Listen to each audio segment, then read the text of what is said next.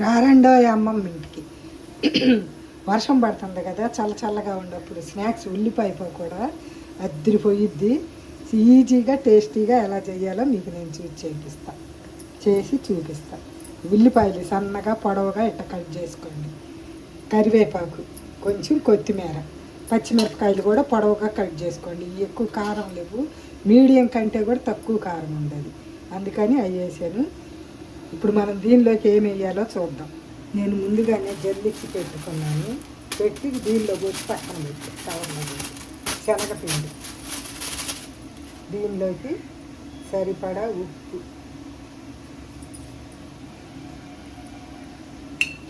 కొంచెం అల్లం వెల్లుల్లి పేస్ట్ వేస్తాం. అల్లం వెల్లుల్లి పేస్ట్, కొంచెం గరం మసాలా సరిపోతుంది. ఇప్పుడు దీనిలోకి బాగా కాసిన నూనె కొంచెం వేద్దాం. ఇప్పుడు ఈ పిండి ఇవన్నీ కలిసిన దాకా చక్కగా కలుపుదాం. నీళ్ళు ఏం పోయకుండా కలుపుదాం. ఫస్ట్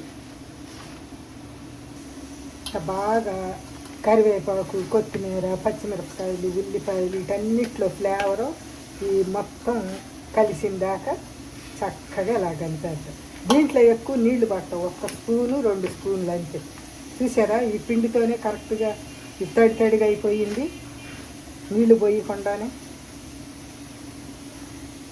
ఇప్పుడు ఇలా కలిసిన దానిలో కొంచెం చేతిలో నీళ్లు పోసుకొని చిలకరించుకుందాం. ఎక్కువ పోయకూడదు, చిలకరించుకోవాలి అంతే. ఇప్పుడు పొయ్యి మీద ఆయిల్ పెట్టాము. ఆయిల్ వేడెక్కిందేమో చూసి ఇంకా పకోడీలు వేసేయడం.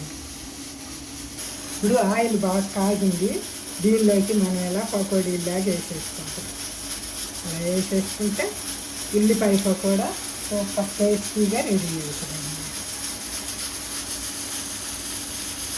ఇలా వేసేసుకొని లైట్ గోల్డెన్ బ్రౌన్ కలర్ వచ్చిన తర్వాత తీసేసుకున్నాం.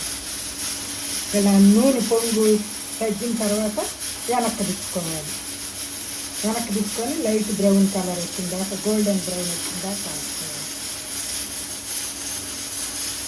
ఎక్కువ నూనె పోసి మళ్ళీ కాయటం ఎందుకు, కాగిన నూనె అని నేను చిన్న బాండీలో, కొంచెం లేట్ అయినా పర్వాలేదులేనని చిన్న బాండీలో వేసాను అన్నమాట.